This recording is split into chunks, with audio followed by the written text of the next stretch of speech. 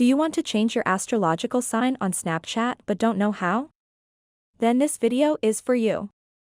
In this video, you will learn how to change your zodiac sign with just a few simple steps. Whether you're an Aries or a Pisces, I'll show you how to change your sign. So make sure to watch this video until the very end to find out how. To get started, first open up your Snapchat app. And then tap on your Bitmoji icon at the top left corner of the screen. And as you can see under my username, it shows my astrological sign, and it is Aries. If you want to change your astrological sign, simply tap on this gear icon at the top right corner of the screen. Once you are on the settings screen, tap on Birthday.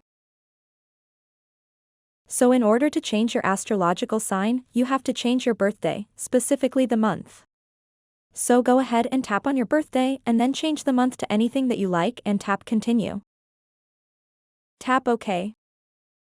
Once you do that, close Snapchat and then open it back up.